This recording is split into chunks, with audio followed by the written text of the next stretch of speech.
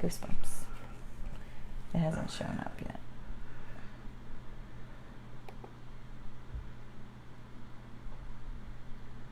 There we go. Hey, looks like we're live. We are live. All right, Katie can see us on her phone. I'm turning my volume down. I'm having internet problems with my good old jank computer. So, let's see what we can make happen here. With all the money we make as board game mechanics, we can't get a new computer. Oh. All right. Come on, work. It's getting there. It's getting there. It is getting closer. Slow and steady. One piece at a time. See if anybody trickles in. We'll give everybody a couple minutes still. It's me. I don't know how to see who's here. Oh, I don't know how to tell either. Come on. I want to share this video, but the problem is it doesn't. You have to copy link and go share it on your own page. If you do that, it'll do it through BGM. I don't see why. It's annoying. I don't understand technology. I just want to see. There it is. There it is. There we are.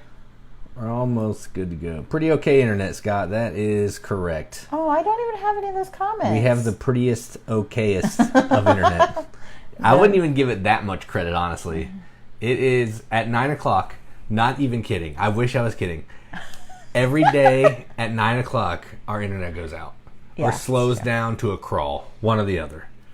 And if we have, like, our TV running, because it's, like, all internet-based TV. Yeah. If we have that running and we have, like, one other thing going, the whole thing slows down and stops. It's crazy. I love that my hair is, like, a focus of our conversation. I did straighten it today, thanks. What about my hair, Mike? Okay. It needs cut. It looks really nice today, though. Except for this part that's coming over your ears. But you can't see that well on the live stream. Old It's man. all good. That's Doctor Strange.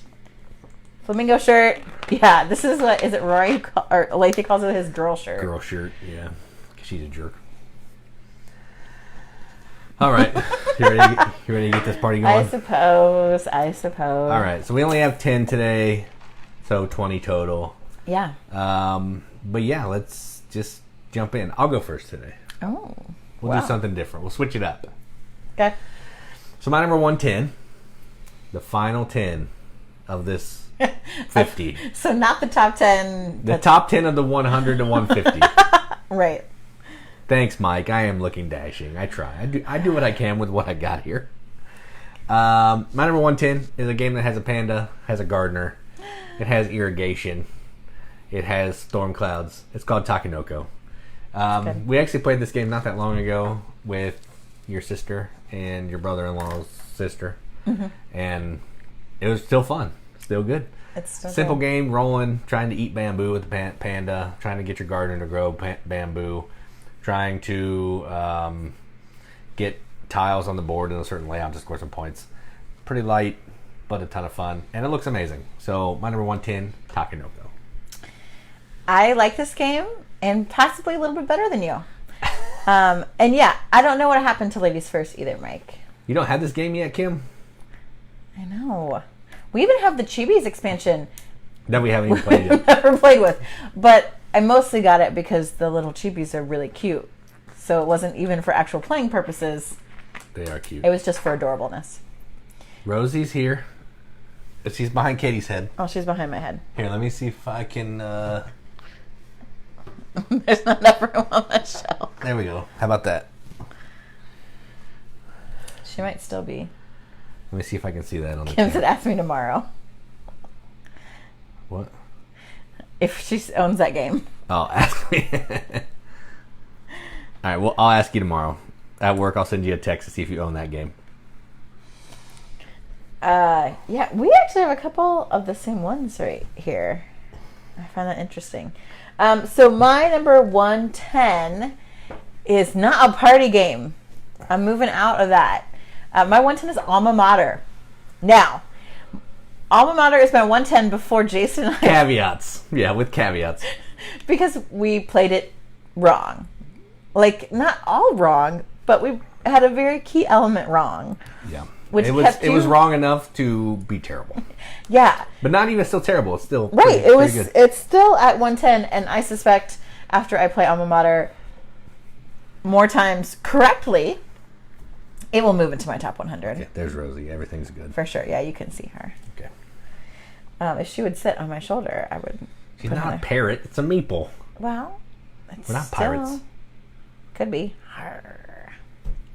So Alma Mater, you have a university. I still understand that. I don't know if you're like the chancellor or something, because you're trying to get. Well, I don't know. You are like overlords, trying to hire students and professors. I don't think you're hiring students. Recruiting students. You're recruiting students to come. You're hiring professors to give lectures, all the while collecting books in order. They're like the currency in the game. And you're selling them, and you're getting them from other people, and that sort of thing. So I like it better now that I actually can get books easier from all kinds of people. So I think that will drastically change the game. But it still is a good game. While it is from the designers of Coimbra, and visually the artwork is very similar. They're way different. It's way different than Coimbra. It's so different. Not even similar, other than art. And I can't believe you don't like Coimbra. Oh. Top fan, my eye. What kind of savage doesn't like Coimbra? It's so different though. And honestly, like at 110, you will see, if you listen to the podcast, the disparity between how I feel about it and how I feel about Coimbra. Because it's a totally different game. It really is. Spoiler, I like Coimbra better.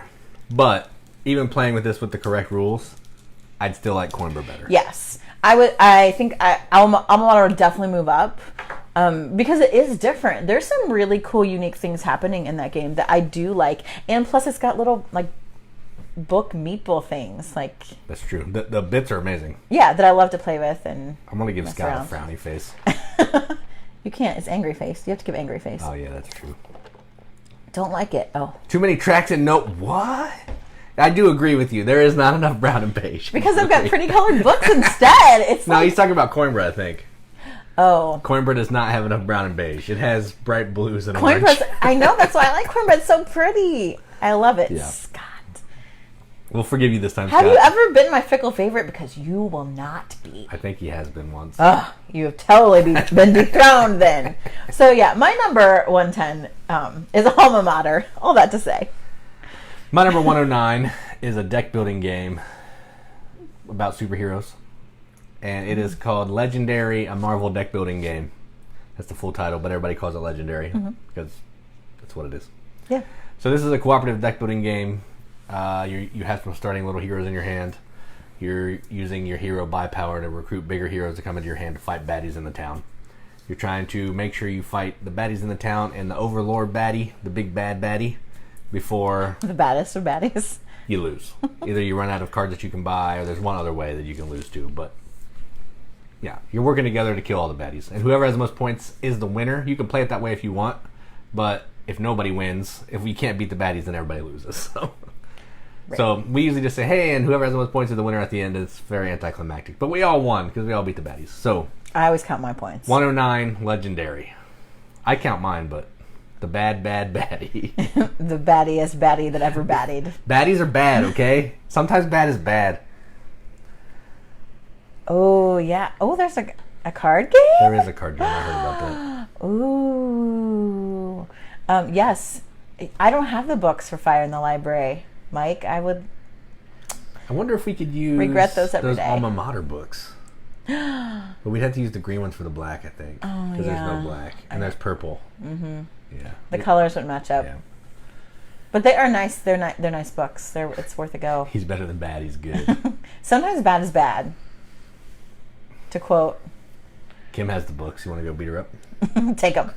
Actually, can we have your Legendary copy? No, they took it back. Oh, he took it back. Mm-hmm. We don't have Legendary here, but I like it a lot. It's not on my 100 to 150. I love deck builders, though, so much. It's probably in your top 100. I don't think it is. Oh, all right. I don't know. I have no idea. Again, pretty okay. Who knows? Maybe we already talked about it. I don't remember. I like it because I love deck builders and I love Marvel. So I always want to play with all the X-Men because like I'm a 90s kid and I grew up watching the 90s X-Men cartoon and it was awesome, and I had trading cards, and that's just one of my just favorite groups, so I like to play with them so I can have Rogue and Gambit and all those people working together. So yeah, I like it. I don't have no idea where it is on my list at all, but it's a good one. Yeah, I don't know about the expansion either. Oh my gosh. Okay, so my number 109 is a game that Jason kind of hates. I think it's the right game. Yeah, I kind of hate it. It got better the last time we played it, but I do kind of hate it. And it's Quest for El Dorado. So this also is kind of a deck builder. And I love that. It's like a mini deck builder.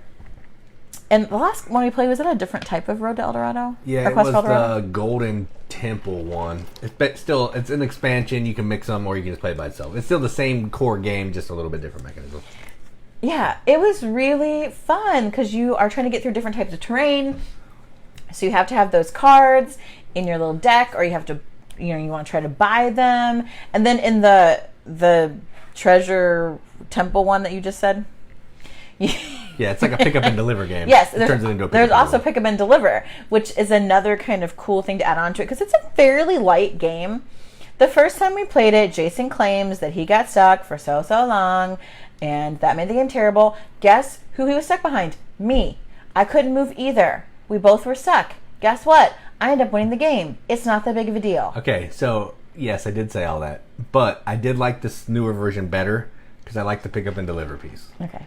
It was because I don't remember the first one because I kind of blocked it out, but I think you just run to the end, right? You do. It's a race. And then in the other one, you go run to the end and then come back.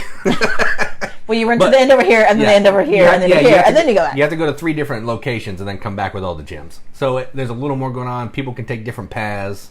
So I feel like it's a little more diverging paths there. At least at the beginning. At the end, everybody's going to be running back. But, right. Yeah, I like this new one better than the first one. Yeah, I thought it was fun. Like, everyone kind of started off a certain way, and I was like, I'm just going to go over to this side. And I just did something totally different and kind of snuck in there at the end. Not in my top 200. So I don't like it that much. It's good. That's my number 109, Quest for El Dorado. I think. If it shows up later, I don't know what I'm talking about. But it's not going to. I don't I'm 100% confident that it's not going to. That one we actually know about. My number 108 is a fairly old game. I believe it won the Spiel. I don't know. Maybe I'm talking out of my butt. I don't know. But it's a game with a cute little adorable panda on the front. And it's called Zooloretto. Oh. Kind of looks like, what did you say that magazine was? There's like... highlights? No, like zoo... Katie said it looked like an old busted magazine from when we were in elementary school, and it kind of does. The box art's not great. The panda's cute, but the box art's not great. Zoo books or something? Yeah, or something like that. This is a tile drafting game. You're drafting tiles to build a zoo, and you're also trying to buy these different vendor carts to make your quadrants of your zoo worth points if they're not full. Because if they're full, you get points. If they're not full, you need to have a vendor cart in there to score at least 1 point for every square. It's got a little bit of push your luck elements. You're trying to decide, do I want to take this cart now? My round ends. Or do I want to push my luck and try to get maybe one more animal a little bit better, but I could get boned. And the trick here is each pin can only hold one type of animal. So if I have zebras and I have monkeys, I'm going to try to fill those pins with zebras and monkeys, but I could get stuck with animals that I don't need. I have to store them in my barn. You lose points. So it's a fun game. It's really simple. But man, it's fun. We played this a lot at camp this year, actually. We did. And it's really good. Even at 5 players, it just flies because you're just drawing a tile or taking a cart. That's it. A truck, I guess, is what they're called. Drawing a tile, taking a truck, keep going till somebody, or you run out of tiles, I think. And that's it. So that's my 108, Zooloretto. Good game. I feel like I talked about this in the podcast. I think you did, yeah. Okay, because I'm like, I know that's kind of around here. I like it a lot. It didn't quite make it up. Yeah, it's good. Despite, like, I hate the artwork, actually. I think it's hideous. I would love to see it done better, but it is really fun. There's, like, a little bit of push your luck, a little bit, like, set collection. I mean, trading, like, good stuff. Good stuff. My 108 is Takenoko. Another game with a cute panda. Shock and gasp! I know you didn't see that coming. I actually didn't know where it was. Maybe you were going to talk about it on the podcast. No, I said I like it a little bit better. Oh, so like 2 better. Again, I love this. There are these hilarious videos out there circling the interwebs of these zookeepers in, I think, China that are like trying to fighting with the pandas. clean a pen that the pandas are in, and it's so hilarious and adorable, and it makes me think of Takenoko. Like, that's what's happening. There is the gardener trying to like rake things up and like put things away, and then pandas are climbing on them. I'll own that game. Dumping out the leaves, eating the bamboo. Like, if you haven't seen those videos, they're adorable. You need to look them up right now and go down that rabbit hole. Oh, you have a panda shirt? Do I have a panda shirt? No, you just went flamingos. That's actually in Zooloretto. They do have flamingos in Zooloretto. That's true. He didn't come prepared. I just don't love cornbread. Okay, Scott. That's better. A 7 is better. I'd prefer 9. You're backtracking. A 9 or a 9.5. And Kim, have you played Takenoko yet? Or are you just blind buying it because it's adorable? I mean, most people like that game, so I mean, it's not a bad purchase. No, it's a good purchase. Yeah. I also love like the tactile like putting together of the bamboo and taking it out, laying the water down, rolling the weather die, moving that cool panda and gardener around. That's me on Friday. So you can't answer me if you've ever played it before? I feel like she's played it with us. Have you played it with me? Maybe? I don't know. I'm supposed to ask her on Friday. Okay, I'll just ask you on Friday. We'll check on Friday. I'll ask you if you own it tomorrow, and I'll ask you on Friday if you played it. We'll check back with you. Yeah, it's a good game. It is like a light filler. No, I meant you're backpedaling what you said about Coinbra. You're like, the way I feel about Coinbra, I don't want to try Alma Mater.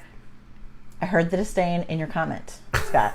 Don't try and like throw in, it was a 7. Your tone was... Your tone. It was in the tone. In those regular sentences that you typed. I heard it. Not even caps letters. It was just I didn't need good grammatically the caps. correct I felt sentences. it. I felt the tone. All right. Moving on. Yeah, so that's 108 Takenoko for me also. My number 107 is a little 2-player only game. And there's going to be another 2-player only game after that. And this one is called Spirits of the Wild. And the interesting thing about this one is it's made by Mattel. Mm-hmm. And this is a really cool game where you're drafting these little, I don't know, they're like soft, squishy pieces. They look like Mentos. Yeah, they do kind of look like Mentos. And you're trying to get certain colors or certain sets and pairs of these to make constellations on your board. Mm-hmm. You're doing that through, everybody has, I think, 5 cards down in front of them. And whenever you take an action, you're going to flip that card over and do what the card says. After you refresh your cards, you get to take one of these center cards, which is like a special power, and it's going to give you another action you can take. It's super fun, plays in about 30 minutes, and for a Mattel game, it's really good. So if you like 2-player games and quick, easy to play, and I think it looks pretty good too. Yeah. Check that out. So my number 107, Spirits of the Wild. Hey, Fred. Oh, Fred's back in. It's going to go from PG to PG-13. Okay, Fred, we're letting you in on contingency, okay? You start getting to nasty, man, we're going to have to boot you out. This is a family show. Those of you that missed our last one, you have no idea what that means. But Fred, you know. Yes, I like the artwork on this. I didn't rank this one at all because I've played it with you. You played with me. But only maybe one time. Like just once. Like, yeah. I played it mostly with Brandon. Yeah, I keep forgetting how it plays. I don't. So I felt like I wouldn't give it a fair shake. Fred said it'll be good. We'll see. My 106 is the opposite of a 2-player game, and it's, well, maybe not, because it's not a party game. It's not. I don't have any in this group. It is a cooperative game, though, and it's just like a programming kind of real-time game. I don't know. It's London Dread. Oh, yeah. Yes, you're right. Thank you, Mike. This is why you're my favorite a lot. Mike's our live video moderator. He's like the sergeant at arms in this. Like, if I will rise to the point of order, and you are going to be out. So London Dread is a really interesting game where you've got this board filled with cards, And you each have like a certain player that's got this like kind of mysterious, crazy background kind of happening, which is just thematic and has They're a little messed up in the head too. Yeah. Yeah, and so you're going through and you're trying to solve. Like, we've only actually played the first case in this because there are several. Twice. They were very far apart. So to be fair, even if you know what's going on, it doesn't really matter. So you have these cards, and underneath the cards are these different plot points. You have to find them, and you can turn over as many cards as you want in this timed period, and then program how you're going to visit them, because you have to solve them all, visit them all, like resolve them. Some of them require these dice rolls, and you bring maybe certain characteristics already to the card that'll let you kind of defeat it or resolve it. But you might also have to roll for it or draw for it. And you have to program that by using this clock and saying where you're going to be in all these different quadrants of the city. So actually moving from one place to another takes time. And so you're working with the people that you're with, programming, okay, who's going to be here? Maybe we want to be in the same place. We want to work together. And then you're going to program that, I think, 10 minutes or something. Don't ask me. I think I like this game. I'm good at learning games. This one's struggling. I don't understand why. We actually, the last time we played it, since it was kind of a new thing, we didn't time that. We didn't time the first time either, I don't think. That programming piece, just so we could give it a go and try it.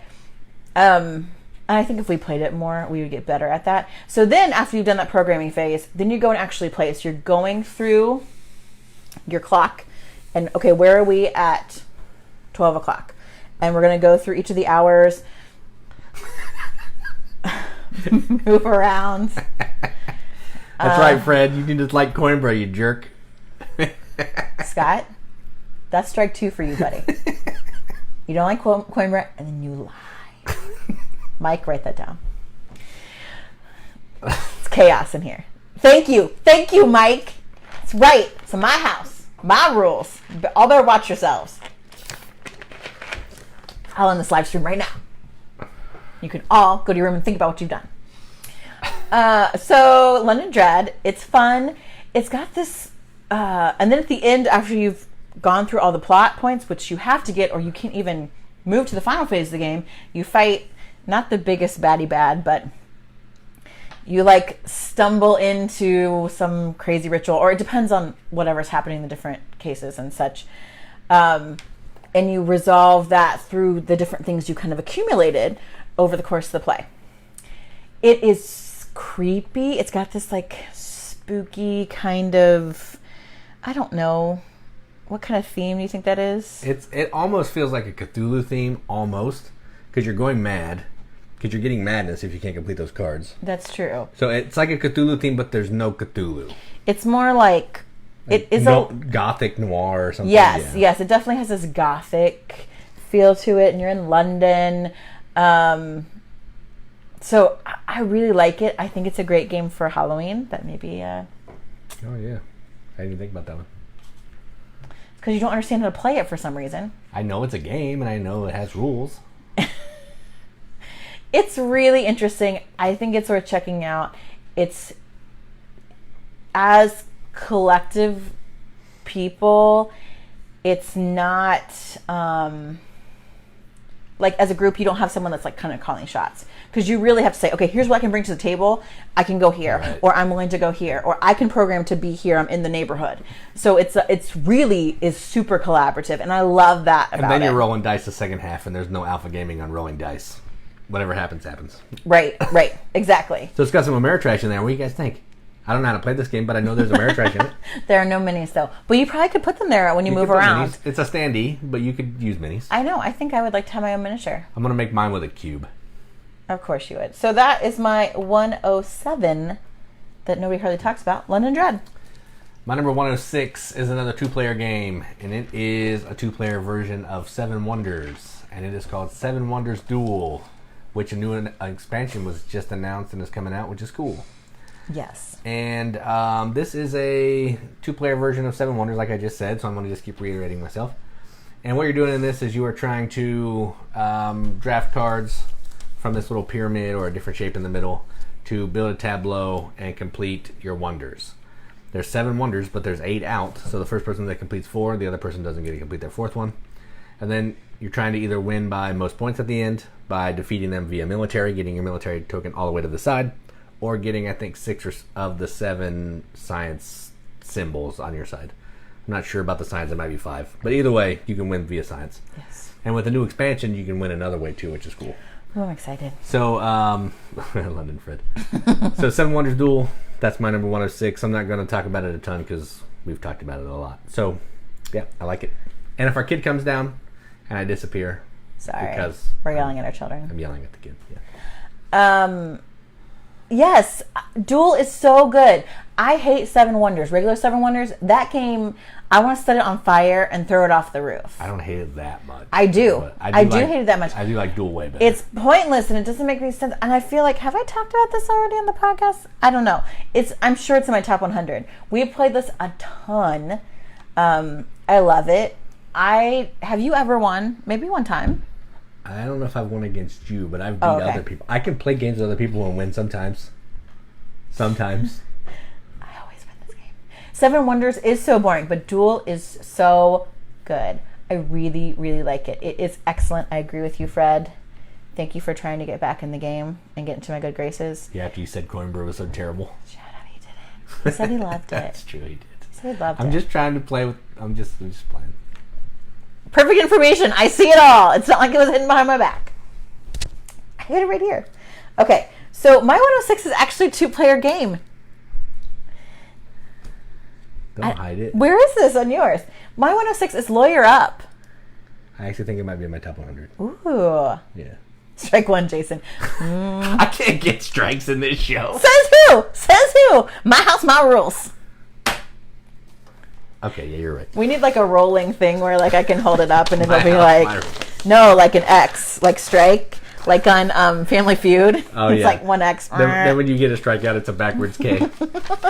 You're out. Backwards K. It's Lawyer Up, which was on Kickstarter, and we have a preview, and it was really good. So Lawyer Up, one of you is the defense and one of you is the prosecution, and you've got these like massive decks of evidence and witnesses and all these things happening, and it's like wildly thematic. Where is this? I thought it was in my top 100. You a liar. My list is fake news. It is fake news. I've been telling you this whole time. I'm like, what are you doing?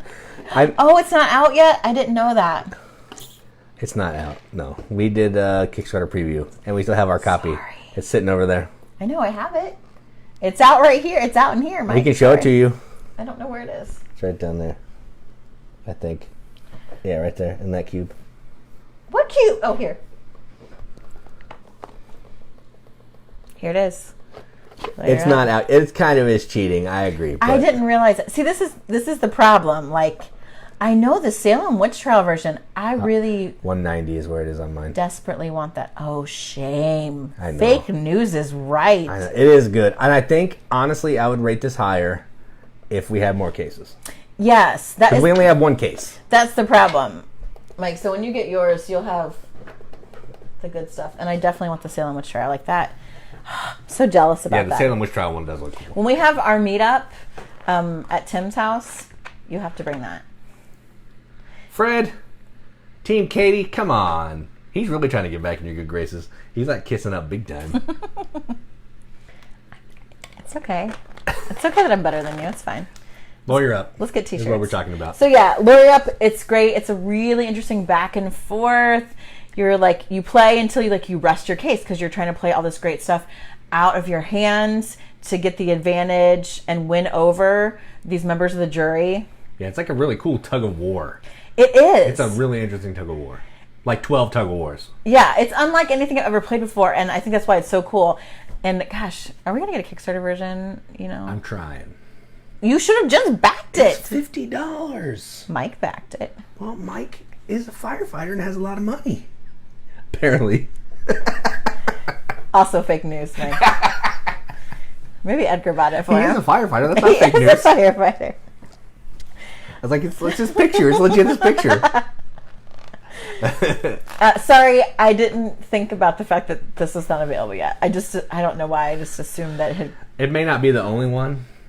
Because I don't remember. I think I may have Mantis Falls on my list. Oh, that might actually be on my other list. It might be in my top 100. I don't know. So what number is that we did? Lawyer Up? Lawyer Up was my 106. All right. Whoa. So look for it next year because it's good. I'm sorry. My bad. I can replace it with something else. Fine. It's fine. We have it. I physically have it I know, on the but shelf. nobody else has it. So if I'm like, this is a good game, they're like, oh yeah, I want that game. Oh. If Man vs. Meeple can talk about a game that comes out in 2035, we can talk about Lawyer Up. But we talk to real people. Like boring and super boring don't know that there are real people out here. If somebody came over, I would gladly play Lawyer Up with them. I've actually played it with other people, not just us. Like some of our friends have played Lawyer Up. I know. All right, so what was that? That was 106. Okay. So my 105, we'll move away from this controversial topic.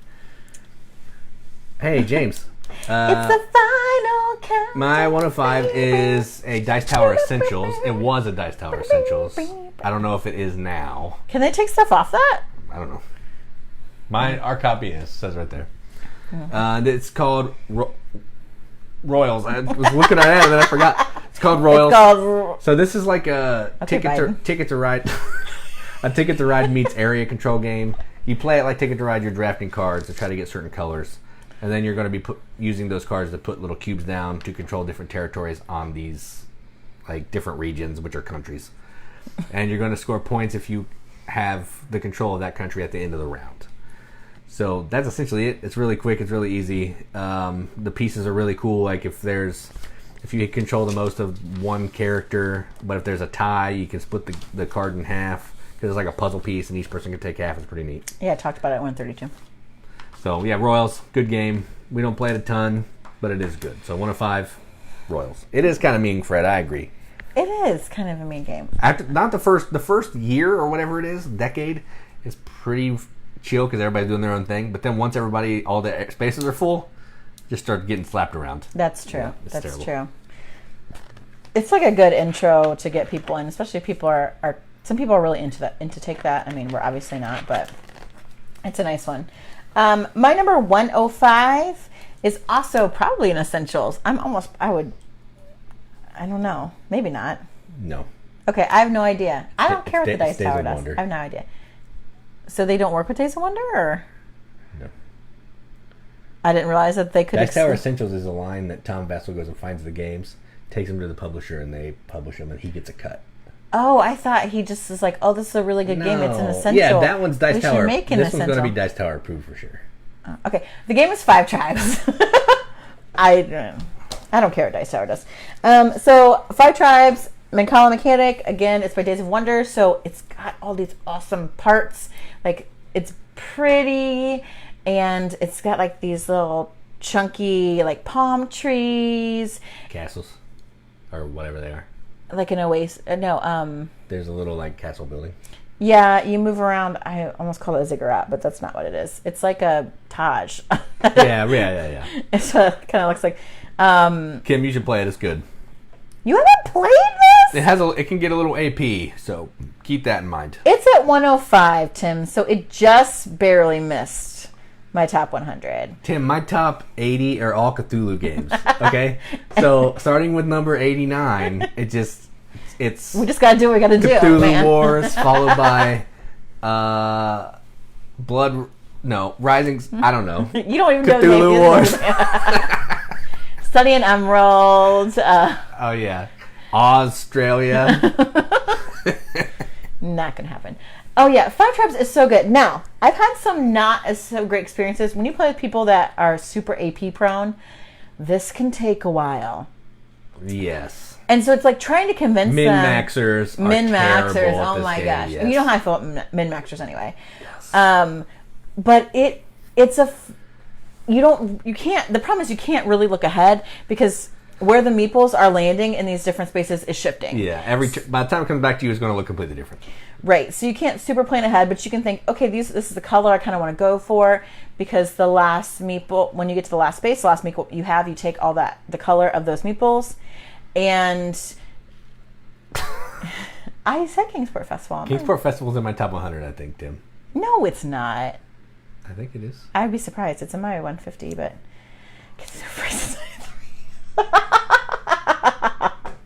Cthulhu free. Yep. So Five Tribes, it is really fun because it makes you feel like you're playing a super thinky game, but the mechanic is really like it's a really simple thing. You pick up all the meeples at one place and you drop them around, and the last color you're with, you pick up all that color. I mean, you're right. There's no Cthulhu in my top 100. I knew it. Definitely not in top 10. I don't even know why I'm looking there. But it can get really AP thrown. Yes, exactly, James. But it is really fun. And then one of my conditions for a game that I really like is that you could play different ways. So there's a set collection piece that you can kind of go into and buying these cards. There's also, like, you really work with the djinns that come out. Do we buy an expansion? 153. No, we don't have any expansions. I've kind of wanted some because I there's already good mechanics in this game, and so I would love to even broaden it a little more. I love the way the little camels look, like all these great pieces, and I love the colors, like that pink and that aqua. Player colors are nice. Yeah, it just looks really good. Yes, it's keeping people on their toes because you're watching, you're like, what are they taking? And, I could get a meeple that's going to kill one of yours or take one of your fakers or whatever, or viziers. Fakers. No, I don't think you take the fakers. You take the viziers. The fakers are the little these guys. I know, you take the viziers because they're the ones that can accumulate. The yellow. Yes. Points. So it's just a really good game. So it's just out of my top 100 at 105. Five Tribes. All right, my 104 is honestly a game we've only played once, and it's a beast. And if I played it again, I might like it more. But have I played that? Yeah, we played it. We had Chris's copy.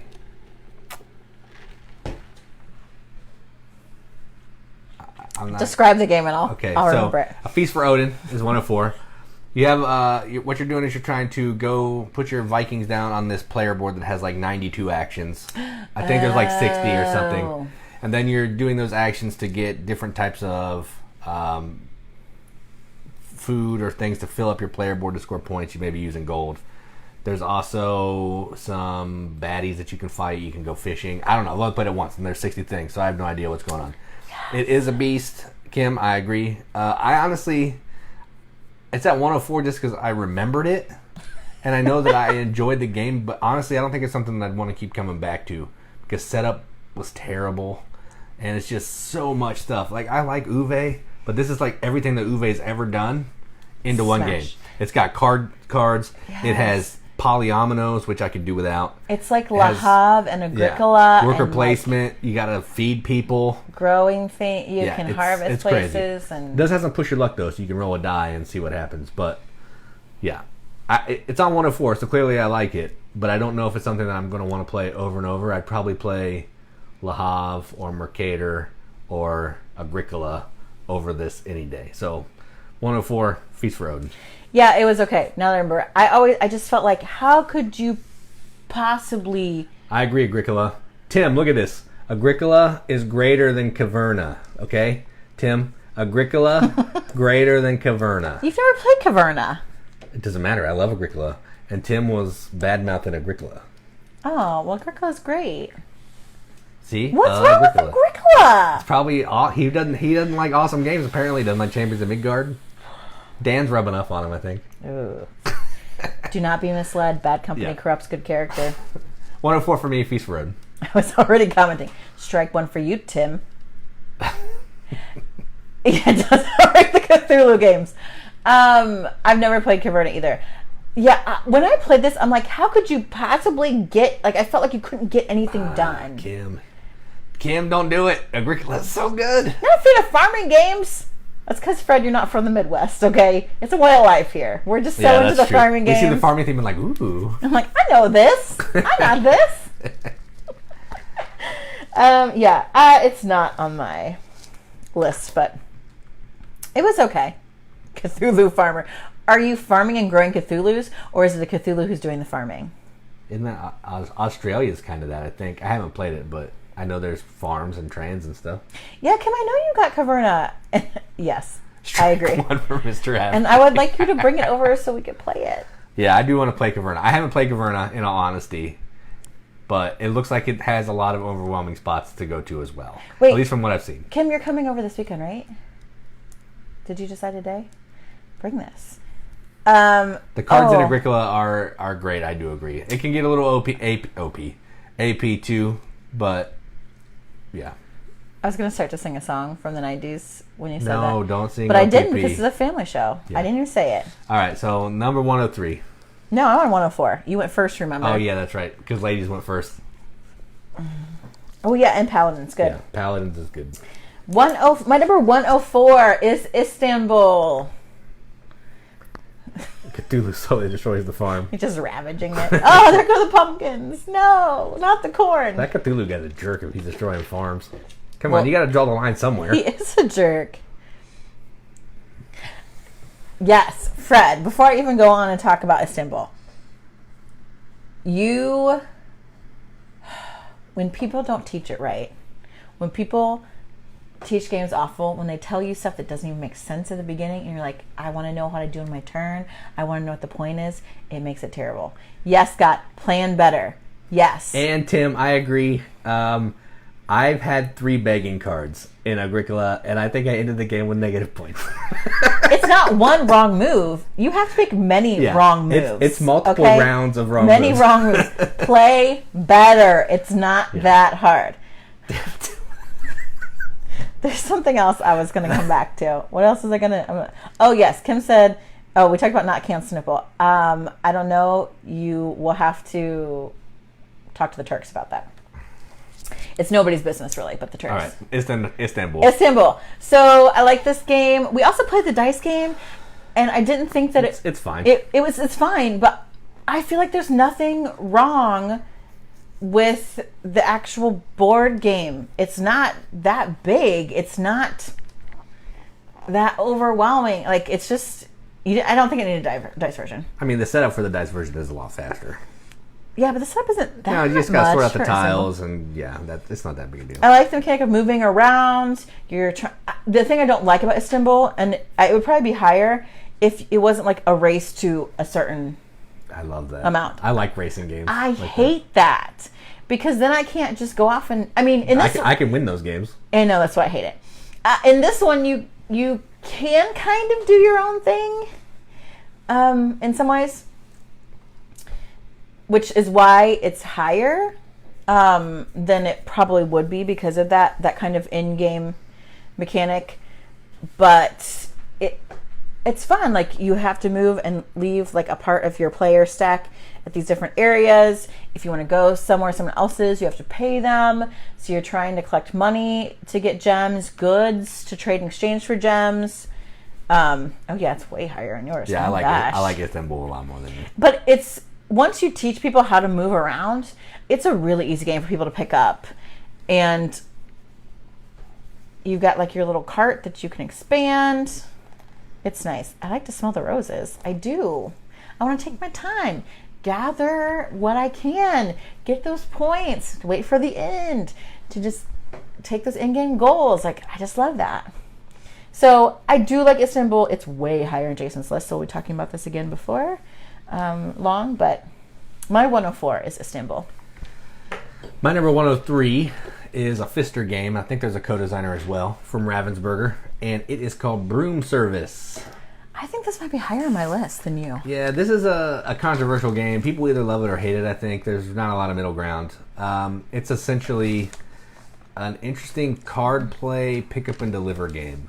So the crux of this game is you're programming your turns by picking, I think, 4 or 5 cards. But it's also simultaneous action selection. Right, so yeah. So you're picking these cards, and then you're saying, I'm either a brave, this card, or I'm a cowardly, this card. Brave witch. Cowardly, you always get to do the action, but it's weaker. Braver is the better action, but if someone after you is also a brave of that card, because if someone plays the card, everyone else has to play the card, then they get to take the action. So you're trying to balance, do I think people took this card? Am I last and somebody took this card, so I'm good to say brave? Mm-hmm. So you're balancing that, and then on the board it's just pick up and deliver stuff, and you're fighting some weather clouds with the weather fairy. It's an interesting game. It's fun. It's silly. It's pretty quick. It has nice Vincent Dutrade art, and I like it. And there's a couple advanced versions you can throw in there to make it a little more gamey. It's fun. So number 103, Broom Service. Yeah, Kim. So the first time I played this, I hated it, like with a passion. You really Jason did. would always talk about it. I'm like, that game sucks. That game sucks. Let's get rid of it. I hate this game. And then I was forced to try it again as part of my second chance kind of series. And I really liked it. Like, I really liked it. The card play is so good. It's fun. We played with like a little advanced type area, You or can like go in the corner and get some stuff, do some things. well, but also you had these cards for each round. Is that every That's turn? always in there. Oh, Yeah. I loved like the cards for each round. Like you, instead of doing these things, you could just take these points. And so I made some gambles on those instead of like declaring Brave Witch, Brave Fairy kind of stuff, which actually I think really I helped. think you did Cowardly like every time. So that I could get the other. Yeah. I was brave sometimes if I was like the last person to go, so I could. Brave is risky, but I like it. Of course you do. It's because that push your luck. simultaneous thing, yeah, it has a little bit of push your luck stuff, and it's fun to me. The game is not heavy at all, but it's enjoyable. And I think if you play it with like, it's also, if you have like a pooper in your group that's really poopy about it, sometimes it's not so great. I do agree, James. When we played, there was somebody was really far ahead. It happens. I won. You were really far ahead. Was I? Yes. I didn't feel like it. Katie was ahead by like 20 points. Oh. Yeah. But it's still enjoyable. I don't really care about that if somebody's in the lead. I just have fun playing the game. I didn't know what was happening. Yeah. So maybe everybody else knew I was in the lead, but I did not. I'm always in the back, so I just enjoy the view. But yeah, it's good. What are you trying to say? I just enjoy my journey, watching everybody run ahead, I guess. So that's 103 for me. Yeah, I do like it. I actually think it's in my top 100. Wow, I don't- that's a big turnaround. I know, because I was like, never going to play this game. And I think it might be my top 100, because I had such a good time the last time I played it. Honestly, don't play it at lower player counts because there's some weird card stuff. Play it at 4 or 5. It is, and it's yeah. way better. It doesn't take any time because the turns are super fast. So 4 or 5 all day. I don't recommend that ever, Right. but I do recommend it for this one. Yes, that's true. Okay. And I keep pointing over here. They don't know what's on our shelf. It's over here It's on over my shelf, there. in case you want to know. Yeah, it's on this shelf. Past the board of illegible writing. We're not bringing that back up again. It was a good one. My number 103. Is this game out? I don't know what it is. Yes. Okay. This is an official non-cheat pick. I'm not cheating. It's Tekhenu. Tekhenu.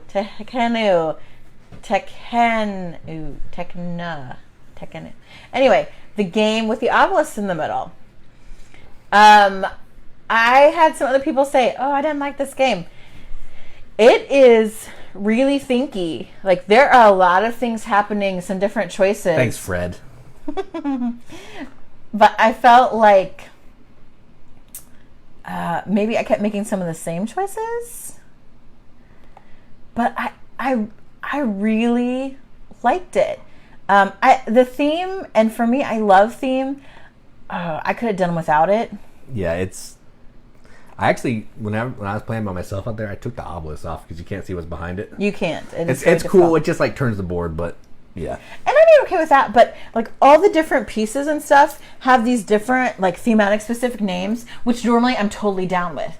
But in this, because there's so many different parts that are happening and things like the names for me aren't clear, even though I feel like I know some stuff about Egyptian mythology and Egyptian history.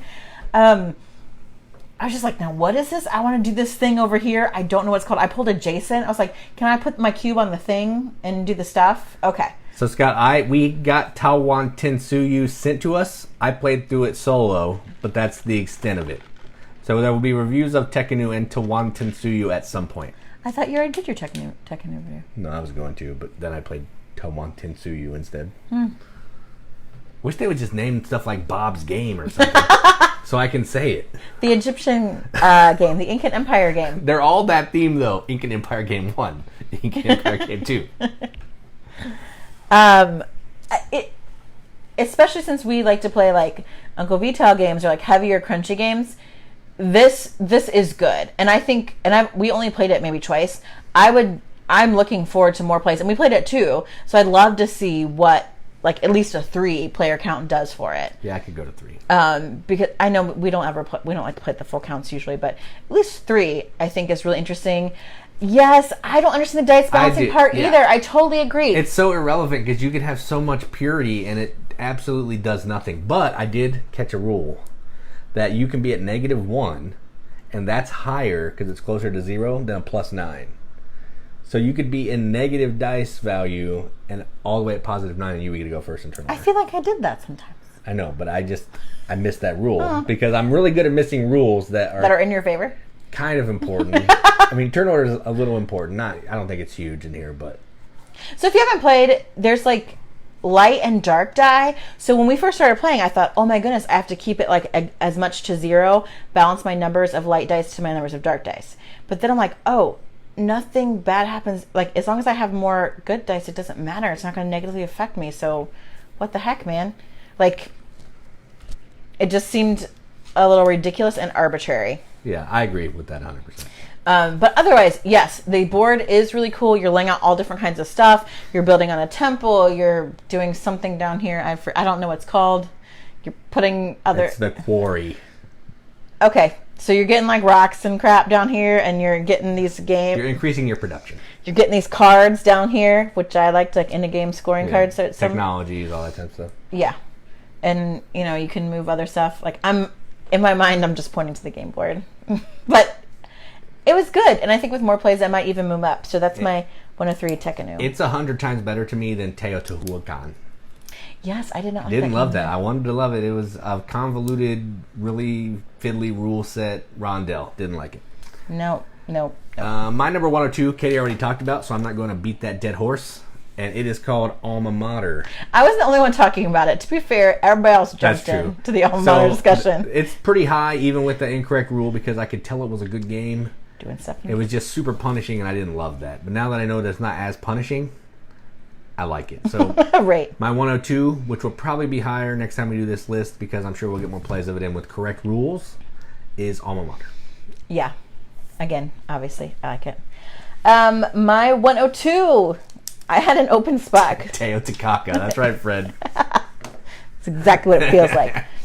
My 102, I just had to stick in there because I just played it for the first time, and I really liked it, and I had an open hole in my list.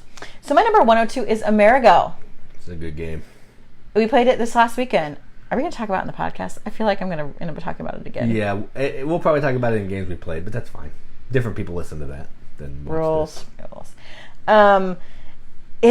was fun. It was really good. At first, I'm like, oh, here we go. Jason's bringing out another one of these like gross-looking games. It's Feld. Of course, it looks gross. And I'm not quite the fanboy of Feld that others on this podcast are and have been. We just got the restraining order lifted, okay? Right. I promised to burn all of the replicas of his likeness that we had in order for that to happen. But yes. Oh my gosh, yay! Fred, it's good. It's cool. So you got this dice tower thing that you drop these cubes in and only some come out.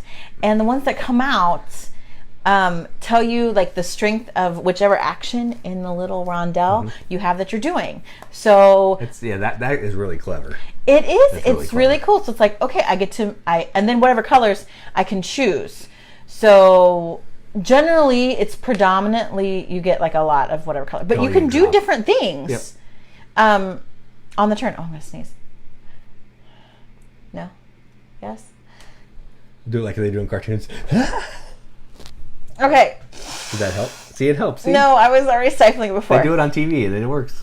It doesn't work. So you are moving around a boat and like putting little trading posts on docks, and you're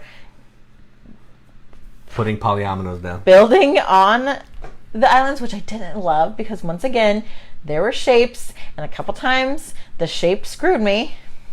But some of that is you. That's true. I was kind of a jerk too. Being a jerk about it. I still won though. I got second. No, I got last. You got last. What else are you doing in that game? Because I did a lot with defending pirates. Oh yeah, fighting off pirates. You got to get your cannons ready. You are getting production tiles to make your tiles with points. So you're collecting like tiles out on the islands, as well as like modifiers for them, multipliers, I guess the better word, multipliers for them.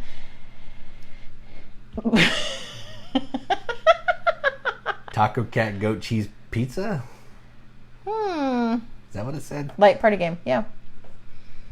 Ooh, I've played Slapjack.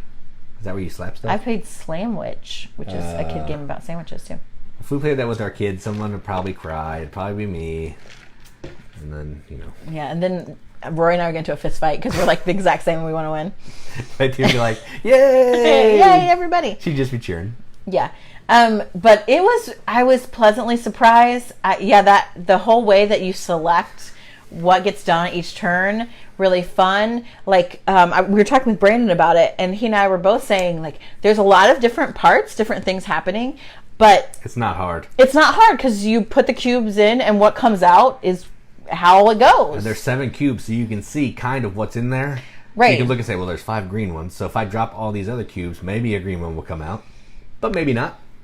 And you can get, like, I got some really cool player powers that I think really helped me out, where I could take 2 of these, like, better types of tiles to put on islands, where I could interchange, like, red and green cubes, so I could either build or take buildings.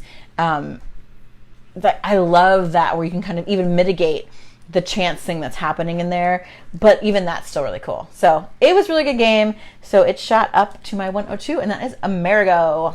All right, my last one for this, and before the last of this 150 to 101 is a Days of Wonder game, Bruno Catala co-design, and it is called Yamatai. I think you talked about this already. Did you talk about this? I did talk about Yamatai. Japanese theme game. I'm really bad at describing this game, but what you're doing is you're taking these different colored boats and you're putting them around these hexes, and you're trying to fulfill certain requirements to build these different types of buildings on the hex. So say I need 2 browns and a green around a hex. As long as I can get 2 browns and a green around that hex, I can then take that contract, build a building, so on and so forth. I don't remember how the game ends, but I think it's over a certain amount of rounds, and whoever has the most points is the winner. There's also some nobles, I think, or that you can hire and recruit to come give you a player power for the round or for the game. And it's really good. It has amazing art. It's really looks awesome on the table, and I like it quite a bit. So that is my 101 Yamatai. I played this on... You are doing stuff and things, Mike. That is correct. I do say that a lot, and I'm aware. But it's probably not going to stop. Because you are doing stuff and things. And we're just pretty okay. I talked about this one on the podcast, actually. So it's in my top 100. And yes. It's almost. The box is gorgeous, and we have it, and you should play it. It is really interesting where you're using the boats to kind of give yourself a path, and you're building these shrines. I think it's when you run out, the first person that runs out of those. Oh yeah, that's right. Signals the end game. Right. But it's so pretty. It's so pretty. It's got the beautiful pieces. It gets compared to 5 Tribes a lot. It's only because they both have gorgeous production and they're both artwork. Bruno Catala, but they're nothing alike. Yeah. There's no Mancala in Yamatai. 5 Tribes is pure Mancala. So I don't know why. Yeah, but good game. Yes. It's true. It's true. Okay. And my last one for this 101 to 150 is, I think is this game old? I don't know. It's ugly. Fred, we're giving you a shout out here because you turned us on to this one. Oh yeah, it's the Legacy of Duke Decrecy or whatever that one's called. It's older. I mean, it's more than 6 months old. I don't know. I don't know. It's got the ugly artwork though. Your nobles doing stuff and things to move these tracks. That's true. Those are the games I like. With cubes in brown and beige. Yeah, Legacy of Duke Decrecy. So this is like a really different kind of game. Amazing game. You have limited actions that you can take, which is so freaking frustrating. It is, yes. I think I lost really badly at this game because I just couldn't do what I wanted to do, and I was like... Worker placement game, sort of. And yeah, you're developing a family, matching people, helping them have children. They're investing in the community. You're trying to get people that are help you be prestigious, that'll make you money. You end up making this kind of like family tree almost. It's strange, but I like it. Haven't you talked? I think you talked about this. Nope. You sure? It's right there. Oh, okay. You will talk about this. I'll talk about this when I talk about Istanbul. Oh, it's a couple weeks away. Yeah, a couple weeks away. Maybe around Thanksgiving. So, yeah, it's just, I like the differing theme. I like the cards, like looking at the different people and the backstories they kind of have for them. I just think it's a fun little game. So that's my 101, The Legacy of Duke Decrecy. Yeah, it takes up a ton of table space. As you lay that your family people tree is insane, but it is so fun to build. It's yeah, so fun. I really like it. Yeah, good game. All right, let's do a recap. All right. I'm going to go first. Okay, ladies first. So my 110 was Alma Mater. My 109 is Quest for El Dorado. My 108, Takenoko. 107, London Dread. 106, Lawyer Up. Sorry, I could replace it, but... No, it's fine. 105, Five Tribes. 104, Istanbul. 103, Tekhenu. 102, Amerigo. And 101, Legacy of Duke Decrecy. My number 110 is Takenoko. 109, Legendary, a Marvel deck building game. 108, Zooloretto. 107, Spirits of the Wild. 106, Seven Wonders Duel. 105, Royals. 104, Feast for Odin. 103, Broom Service. 102, Alma Mater. And 101, Yamatai. And I have to say it like that every time. Yamatai. So that's it. We did it. That's our 50 out of the top 100. Good job, Fred. Way to have self-control. I'm proud of you, Fred. You get a silver star because you did start with 2 strikes. Sorry. Thank you guys for joining us. Just letting us talk about dumb stuff. Cornbread for life. Okay, Scott, I appreciate that. You've redeemed yourself. 1 strike back. We just like to talk about games and hang out with you guys. So. All right, I'm going to shut it down. It's going to get a little... Yeah, Team Jason, Fred. What a way to end on a high note. That's it. You start with negative strikes. Take the silver star. I'm taking it back. All right, good night. Good night, everybody. All. Keep gaming.